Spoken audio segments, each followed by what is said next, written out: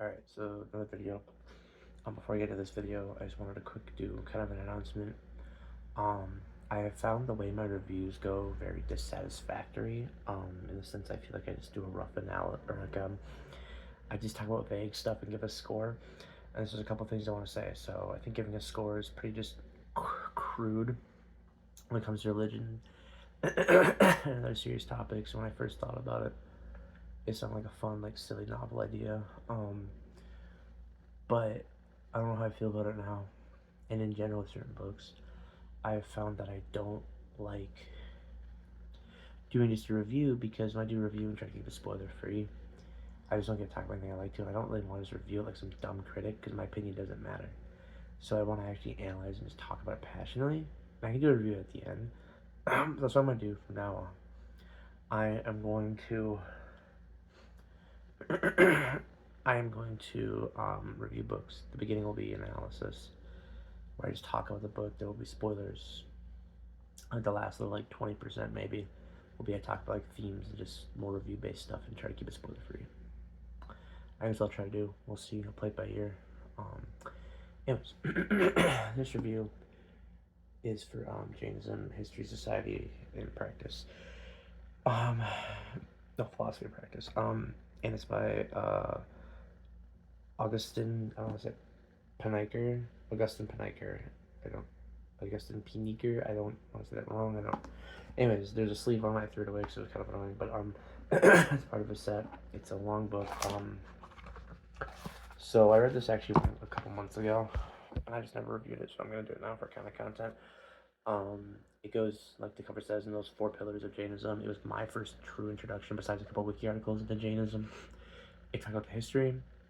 It talked about a lot of important stuff. I think it didn't touch enough on the traditions and the philosophy as far as me. I wanted it, but it did so much for the did I say history? I don't know. But the actual like what Jainism is, practices, stuff like that was like meh. But then it did phenomenal for the history of society and all that stuff, like and kind of like what led to it, what led up to it, like in the area and the climate where it existed. Now, it's not a long, it's not short, it's like 300 pages. The words are very small. So, one thing I'll say was a little bit of a bummer is in my version, I don't know if this is just a misprint, I think it isn't. Um, these pictures, all the pictures are extremely low quality, grading to the point where I couldn't even make out the words, which was a little bit of a bummer. But there's pictures, and there's other than that, there's some very good lists, and it's pretty well organized. It goes kind of, it does talk about Jain scriptures and texts. It doesn't have them, it tells them. And then it does talk about, I know how to like mentally, I just cannot pronounce it. Oh, I just see myself chud. This is the word. Oh, it's gonna be so bad. Tirthankaras or Ginas. I guess I can call them Ginas. Kind of like the succession of those guys, and they were that was one of my favorite parts to read about. So I'll say Ginas, I guess, because why not? And keep in mind with any of the videos I make, I might mispronounce stuff. I don't talk about this as any other human being. I don't ever hear people. I just read. So I pick my own. Like I try my best, but I might be really butchering these. So please correct me. But it talks about like the 13 Ginas and stuff, and kind of the succession of them leading up to like the current time. Actually, you should trust me. I think it's 21. I literally probably should have read this sooner than when I. um, neither right. It was 24 Tirthankaras or Ginas. But it gives you a nice list. It kind of tells you the emblem, the color, and then obviously with the oh god, one of the most prominent ones, the Mahavira, who's supposed to be the only one that we've like actually been alive with history to see. Um, People think he founded Jainism, kind of didn't. Um,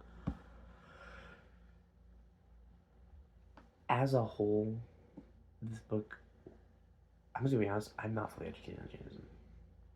Like, I've read so many books on Buddhism, or like, this is like, I've only completed 2 books on Jainism. Um, and that was a while ago, so maybe I've got to find a better way to like memorize stuff or take notes, so maybe it's kind of a fumble. But with that being said, they talk about the Jain cosmology with the good eras, like the rising and descending stuff, the Kalpas, and they talk about where they think we are right now and how they associate like longevity, like health of society with how much vertebrae we have, and a lot of other really cool topics. Um, I think I know there's a lot of that stuff like that cyclic stuff in Hinduism, but I don't think it's exactly the same. So one of the coolest things about Jainism in general, and I will say about this book, is they have like such an in-depth. Sorry, I don't know what that was. They have such an in-depth view of the world, in the sense of they've thought of like a lot of different angles, especially for stuff of the time. But what I really thought was cool was how they kind of described and grouped life. So Jains believe that all life is sacred, and not from the simple intrinsic value of like every life is valuable, and like, which I think is worth mentioning. So it's not like they don't think all life is valuable, like other people do. But the reason that they're so careful with it isn't because they think all life is valuable. Okay, that sounds awful. They think all life is valuable, but there's more to it than that. They personally believe that everything, even like a little insect, um, is going to eventually like work its way on the transmigration of souls and become a human on its path, right? So you're potentially squashing a human or something, or other stuff, and that's a bigger reason why they're so careful with certain things like bugs. Now, it's not to say that if that life was just a bug, it was, right? But they are, they believe it's like on the path, on the journey. So, like, a lot of people will know this, and there's like, I don't think there's much stereotypes about Jains because I didn't really know about them. Like, Buddhists have stereotypes, and they're popular Buddhists, but not Jains. I don't know, at least over here in the West. But they like, a lot of them are naked. That's one of the big schisms of nudity. A lot of Jains like wear a little, or not wear, they have a little broom to brush bugs out of the way, and they walk barefoot. They don't want to trample a bug even accidentally. So that hardcore dedication really struck with me. And in this book, they do a great job talking about it. There is a passage um, where they talk about like their different levels of life, which I thought was really cool. Um, it's in right here, biology. So hold on, let me. Yep, here we go. So they believe that there's the following four destinies. Yep, and they believe that every spiritual monad or soul has passed through and will pass through all the possible types of incarnation. A jiva can be reborn as a caterpillar, blade of grass, a human being, or a deity. That's just a rough thing. There's goes more into it, but then they believe that there's type of reincarnations. So there's divine incarnations, which are the highest, which are gods. Then there's interstitial gods, luminous gods, gods that drives vehicles. Actually, that backwards. So gods, parentheses, dwellers in the mansions, are the lowest gods, like more like a Greek pantheon type thing. And demigods, and there's the interstitial gods, which are like they occupy the cosmos, the luminous ones, the moons, planets, stars. The gods that drive vehicles are the major gods. I don't get too much in detail, but they believe in the gods, right? Which is pretty not unique. But they also believe in some infernal carnations. But what's really interesting is not the gods, the infernal human carnations. It's what they believe on animals. This was what really struck with me. They believe that there are the most minute of all beings, infinitesimal, are Nagodas. They're entities that do not possess a body, they unite in colonies, and they inhabit all the worlds of the universe. Moreover, they occupy other beings in the form of parasites.